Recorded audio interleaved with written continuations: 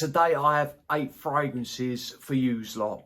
These fragrances will be great for the upcoming holiday season. If you're going around a family member's house, to a gathering, to a party, anywhere where there's going to be you, other people, and you want to smell good, I think I've got you covered here. To find out, just stay tuned.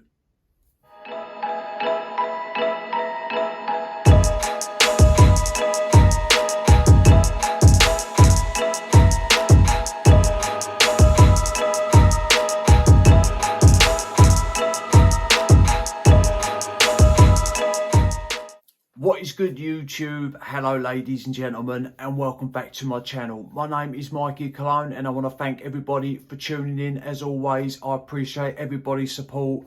A big thank you to all my subscribers, and if you're new here and you're stopping by for the first time and you do enjoy my content, hit that subscribe button, and if you do, press the bell because it will notify you when I drop a review for next time. Got that out of the way. That is right. I've got 8 fragrances to go through, and I've tried to think of everybody here, meaning I've got an inexpensive one on the list. I've definitely got a couple of strong ones on the list. There's a few unisex ones on the list. So I was just trying to think to myself, or trying to put a list together where there was a little something for everyone. Because if I just do a list full of niche fragrances, and there's nothing wrong with that, some people can't afford niche fragrances, and like not everybody's got that spare cash at hand. Hence why I put an inexpensive one on the list, and there is a couple of designers, but anyway, we're going to dive straight into it. This is in no particular order. First off, I'm starting on a fragrance coming from the house of Oud, and it is Oud After Dark.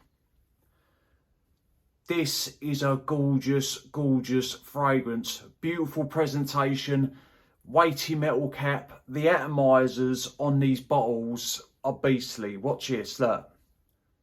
They give out loads of juice. And I tell you what, if you look hard enough, you can find some Oud fragrances at discounters. But this thing, sweet, fruity, it's intoxicating. You've got pepper, saffron, osmanthus, apricot, dimanthus, rare oud, alabanum, plum, suede, musk, Turkish rose, ebony wood, tobacco, amber and vanilla. It is a big note breakdown. But first off, this starts out with a juicy plum, a creamy, peachy osmanthus, plus the apricot. So it's like an explosion of fruits up top. But with this, you've got warm spice, it's creamy, and then as the fragrance starts to develop, a leathery undertone comes through with the oud. Now, the oud here comes across, or it gives off a little bit of an incensey aroma. It's not challenging, it's not animalic. The oud here, along with the tobacco and ebony wood, do darken this fragrance up, because at first, this is not a fresh fragrance, but because you've got that fruity quality up top, with the sweetness, but as it starts developing, and as soon as that leather comes in, then the oud slowly comes in, then the ebony wood, then the tobacco. The florals here give this fragrance a very soft, smooth edge. Like, to me, the rose and that dimanthus, I'm pronouncing it wrong, to me they're sort of rounding the fragrance, smoothing it out. Plus you've got the sweetness from the fruits, which is help keeping everything in check. This does go woodsy, it goes musky. To me, this is unisex leaning masculine, because of, at first, I think it's completely unisex. But as it dries down, and when the oud, tobacco and ebony wood come in, and they darken the fragrance up, to me, it turns it a little bit more on the masculine side. But if you're a lady and you're watching this, you can pull this fragrance off. People sometimes say, if you're a confident person, you can pull it off. You don't have to be confident.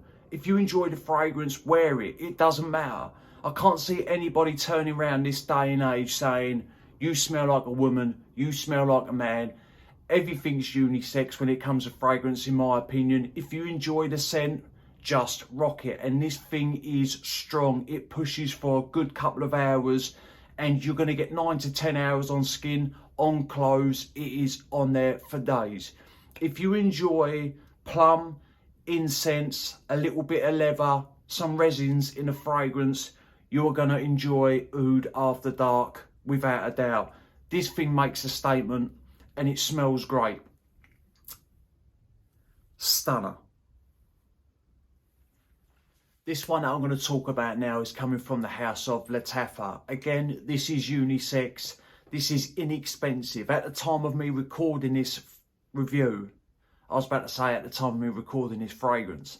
At the time of recording this review, this fragrance is £20 in the UK. And to me, that is a no-brainer. It is Lattafa's Nishan. This is a very close clone, without a doubt it's a clone of Nishan's Annie. I mean, I'm not saying they're identical, but overall scent profile wise, it is there. If someone knows Annie, and say if you go into your workspace and one of your work colleagues knows about the fragrance Annie, you rock this, you wear this, you walk in, I guarantee you they're going to think that you're wearing Nishan's Annie. It is that close. £20. Nishan Annie's, I'm not taking anything away from that fragrance. It is a great fragrance. It is more on the expensive side. It does come from a niche house. But this, my friends, this opens up zingy, spicy. And when I reviewed this ages ago and I found a note breakdown for this, I just knew it wasn't the right note breakdown because it is that close. I thought that note breakdown is completely wrong. I found a website last night with a note breakdown which makes sense. Basically, it's identical to Annie. You've got ginger, bergamot, pink pepper, green notes, cardamom, blackcurrant, Turkish rose, cedarwood, sandalwood, benzoin, vanilla, ambergris, patchouli and musk. You do not get all their notes, or I don't get all their notes. What I do get is, like I say, it opens up with a little bit of freshness, like a blast of freshness, loads of spice. It's got a zingy top. Then after a couple of minutes, that ginger slowly fizzles out. And while this is going on, this creamy vanillic tone comes through. Sits a little bit more. It starts turning woodsy. The sweetness to this fragrance, at first it's a little bit sweet, but then when the vanilla comes in, that is when the sweetness is at its max, so to speak. I do get a little bit of a herbal tone with this way in the back. And I don't know if that's the blackcurrant mixing in with the cardamom. The rose here does come across ever so slightly jammy on my skin.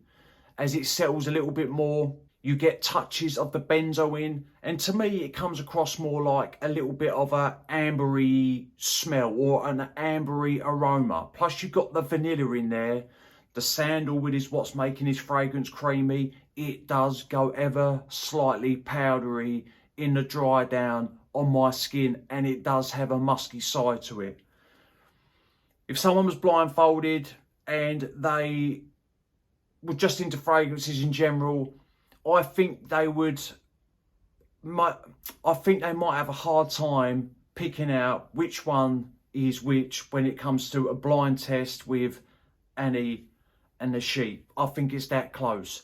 The opening to me is a little different, but after a few minutes, it's there. It's near on there. But anyway, for £20, this is a steal. If you enjoy vanillic fragrances with spice, you're going to enjoy this. But anyway, Lattafa's Nishan. This is a great scent. This one's full of patchouli lovers. It is Patchouli Nosy Bee from Paris, Monte Carlo. I love everything about the bottles, the presentation, to the fragrances themselves. I think I own 5 or 6 from the house. All of them are great scents.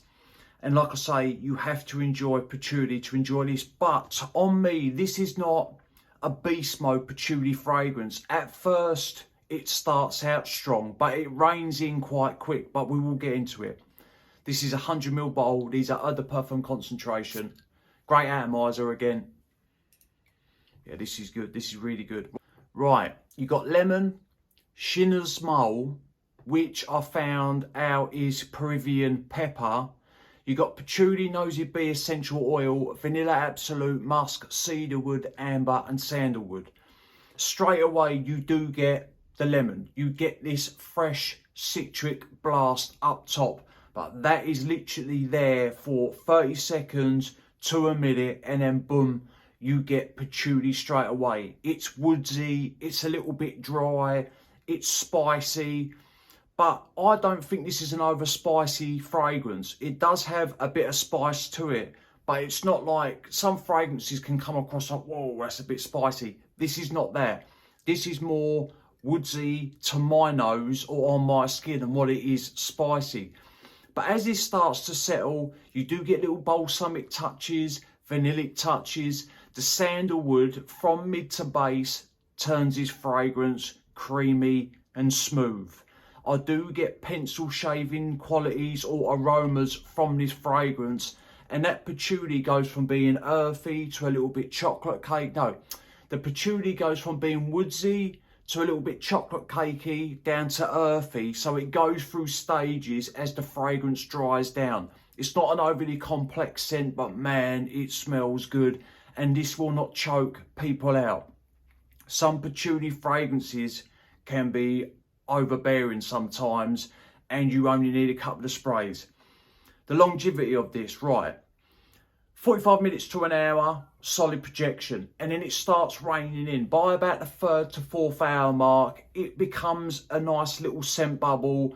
When people get close to you, they will pick it up, but it's not gonna radiate. It's not beast mode.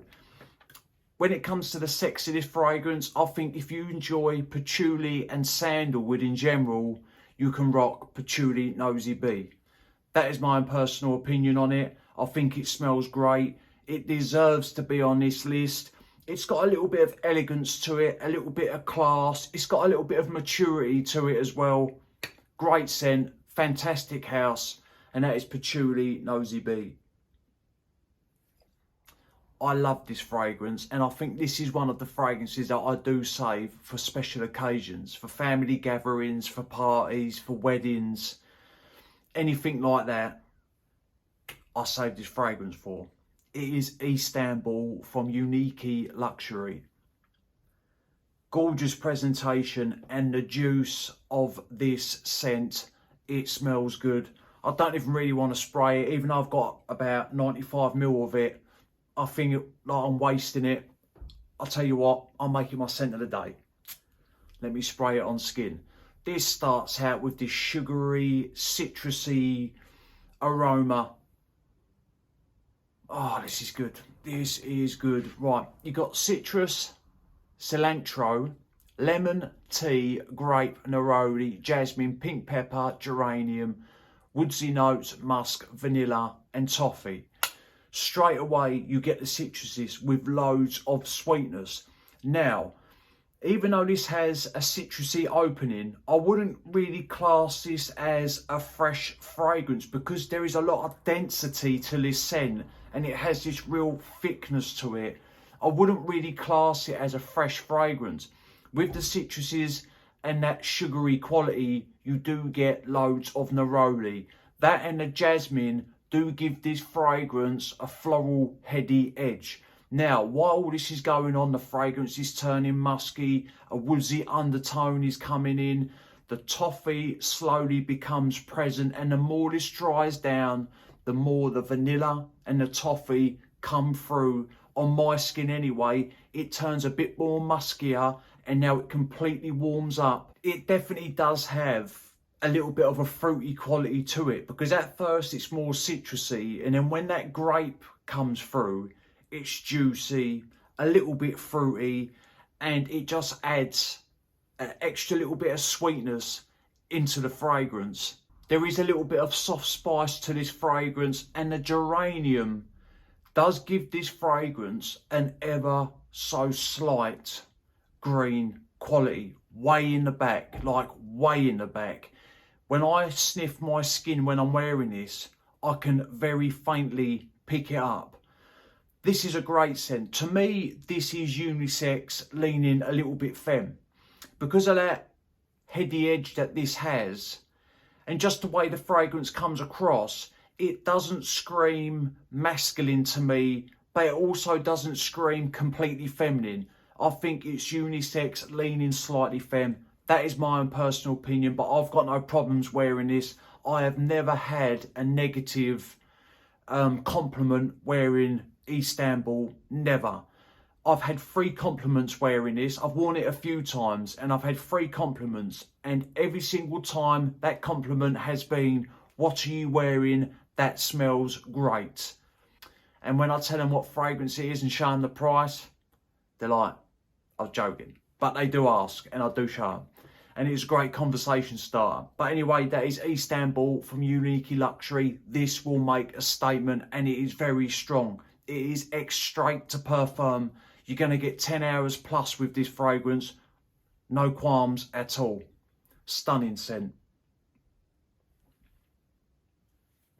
Now, this one that I'm going to talk about, I didn't look at the price of this, but when I picked it up a little while back, it was £65 in the UK, brand new, 100 ml. It is Dunhill Indian Sandalwood. Man, if you like sandalwood as a note, you're going to love this. The only thing that might be off-putting to some people is that it had a vegetal touch in the opening, but we'll get into it. And I don't think it's even off-putting, but some people might think, what is that? But it only lasts for a couple of minutes. This is a great fragrance. My only gripe with this is that the performance could be better, on me anyway. You've got carrot, bergamot, orris, moss, sandalwood, patchouli and cypriol oil or nagamatha. Probably butchered that. But anyway, that vegetal quality is coming from the carrot, but with this you get sandalwood straight away. Sometimes I know that some fragrances will have a note in the name, like I said, patchouli nosy bee or Indian sandalwood, and sometimes you don't hardly get anything from that note. But this you do. This is sandalwood through and through, but with this you've got orris. Now, the iris here does come off a little bit powdery, but that mixed in with the sandalwood turns this fragrance creamy, a little bit buttery. The sandalwood does come across a little bit dry at times, then you get that pencil shavings aroma from it, then it's back to just being woodsy again. The bergamot does supply an ever so light touch of freshness to the fragrance. Have you noticed that a lot or some woodsy fragrances will use the note of bergamot, and that is to just supply a little bit of freshness into the fragrance. This does get, or I should say, this does go earthy as it starts to settle. Like once it goes from mid to dry down, this is not an overly complex fragrance, it's quite linear. But in the dry down, it does turn a little bit earthy, but it stays buttery, a little bit creamy, a little bit powdery, musky. I would say even a little bit dusty. But this is a great scent, it really is.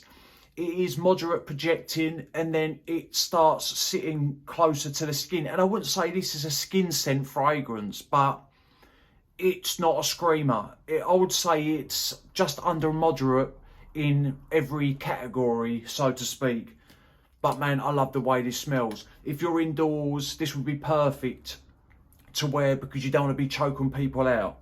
But to me, it's a great masculine fragrance. And if you can pick it up for a good price, it is worth it. But anyway, that is Dunhill Indian Sandalwood.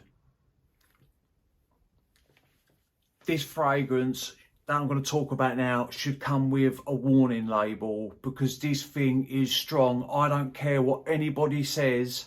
The bottle that I have of this fragrance is beast mode. A little goes a long way. If you want to make a statement, if you want to show up and show out, and you want everybody to notice you, wear Arabian's Tonka from Montel. This thing pushes. I'm telling you, a couple of sprays, even on the coldest of days, you only need a couple of sprays. This lingers on clothes for weeks. If you're wearing a coat and you get one spray of this on your coat, I guarantee you will be smelling this for weeks until you wash the coat. It is that strong. It works its way into the fabric. It works its way into your pores. I'm not even going to spray it because it's strong.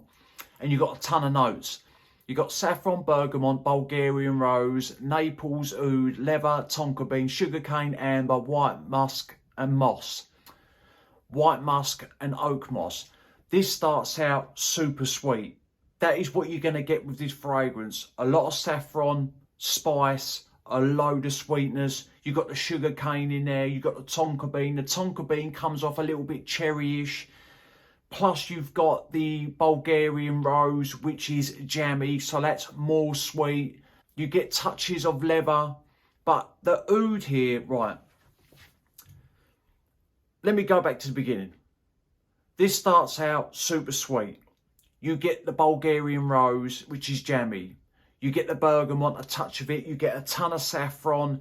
You get loads of spice. You do get a little bit of a bitter quality up top for about a minute or two coming from the saffron. But that bitter quality or that bitter aroma that you get dissipates. The more this settles, that is when the oud starts coming out. And the oud here is a little bit smoky. It's a little bit woodsy. It's not challenging. It's not animalic. It's like a rose oud saffron combo fragrance with loads of added sugar. You've got the vanilla. Like I say, the tonka bean goes a little bit cherryish. This does have a resinous quality to it, balsamic. It's heavy, it's dense, it's thick, it's loud. To me, this is unisex as well. Even though it's a beast mode fragrance, I think this cuts it straight down the middle when it comes to sexuality.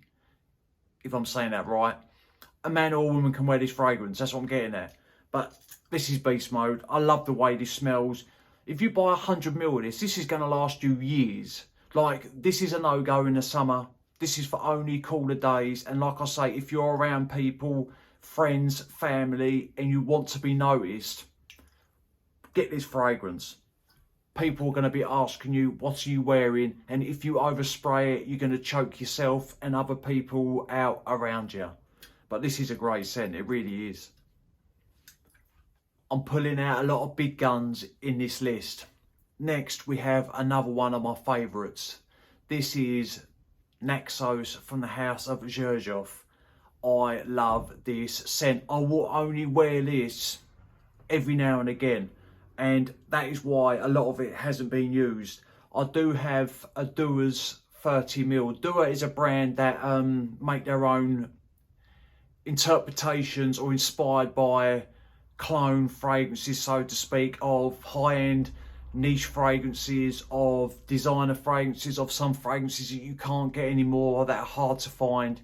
And I normally use that because it is very close to the OG. So I save this, and man, this thing smells good. Like, this is another show-stopping fragrance. You've got bergamot, lemon, lavender, jasmine sambac, cinnamon, honey, cashmere, tobacco leaf, vanilla, tonka beans. Right. Straight away, you do get the citrus, there's no doubt about that. But with this, it's warm. Near on, from the get-go, I do get the honey. I get the tobacco. To me, the cashmere here adds a little bit of a musky, ambery, balsamic quality. Because once it starts heading into the mid, this has a real thickness to the fragrance. And it has a little bit of a resinous quality. And I think that's coming from the cashmere, and the cinnamon does come through. It gives off a little bit of spice. It helps warm the fragrance up. Plus, it does give off a cinnamon aroma. Like, you get the smell of cinnamon. Not only the spice, but the aroma of it as well. The lavender here gives off a little bit of an aromatic quality. And it does give this fragrance a little bit of a fougere-ish edge. Only up top. And it is very smooth, but as it settles, the honey comes up more, or becomes more present, along with tobacco. The vanilla is present, resinous, sweet. It's a great fragrance. This is, for me, like I say, I save this for special occasions. I only do a few sprays of this. Yes, I've got about 92ml of it left. I don't want to rinse the bottle. I want it to last. I've had it for a couple of years now, I believe. And I've used about 7 or 8ml of it. That is how sparse I use it. Yeah, I can save up and get another one. But this has been macerating for a couple of years now, and hopefully it's going to get stronger and stronger. The longevity is perfect. Like, you're going to get 7 to 8 hours with it. Solid projection. But anyway, that is Naxos from Xerjoff. Now, I'm finishing with a simplistic fragrance. And this smells of sandalwood. And I know I've already got Indian sandalwood on the list. But to me, this has a bit of balls to it. And it's minimalistic, but you can smell it. There's no doubt about it. It is coming from the house of eccentric molecules, and it is molecule 04. Now, when I first got this, I could detect it. But the longer or the more I've worn this fragrance, to me, it just seems to be getting stronger and stronger and stronger. These bottles come with no caps. And when this is sitting on the cabinet over there, and I walk past that cabinet, the only fragrance I can smell is molecule 04 coming from the atomizer. I can smell it. Like, I come down in the morning, walk past the cabinet, I can smell Javanol. Right, I'll get into it. This is one synthetic molecule called Javanol. And Javanol basically recreates the scent profile of sandalwood. And that is all what's in this fragrance. But the fragrance does go through a few changes. Like, there is a little bit of freshness to it up top. There is a little bit of soft spice to it. But obviously straight away it's woodsy. It goes from dry to creamy to a little bit dusty to a bit powdery, back to creamy again. And sometimes this molecule 04 is trying to do everything all at once. And you can tell it's trying to change into these different qualities or facets of sandalwood. And to me, I think to myself, how this is done is very, very clever. The longevity is solid on me, like 8 hours. I've worn this to bed before, and then I've had it on my skin for 10 hours and I could still lightly pick it up. And that's basically molecule 04 in a nutshell. Now, its counterpart, eccentric molecules, eccentric 04, is Javanol mixed in with loads of other notes. The molecule line is the simplistic line. The eccentric line is the same note as what they use in 1, 2, 3, 4 and 5, but they add a load of other notes with it. But if you just want something that's not overly done, you basically don't want the full force of a fragrance, but you still want to smell of something, try any of the fragrances from the molecule line, because they're all simplistic. They all focus on one specific molecule, and 04 is Javanol, and I just love this. Some people must be thinking, how can you love a smell that's so simplistic? It's just the way it comes across. It's just the way it smells. And I think it's fantastic. And I love sandalwood, so it's a win-win. But anyway, this is eccentric molecules, molecule 04. Very simplistic, but on me, it lasts forever. Right, ladies and gentlemen, to me, that is a solid fragrances that you can wear. I'm not saying go out and blind buy these. If you own them, you already know. I always say sample, especially when it comes to the more expensive fragrances. But I'll tell you what I think is blind buy worthy. If you have tried Nishan's Annie and you love the scent profile, Lattafa's Nashit is blind buy worthy, in my own personal opinion. If you know that you already enjoy that scent profile, this is a win-win. It's a no-brainer.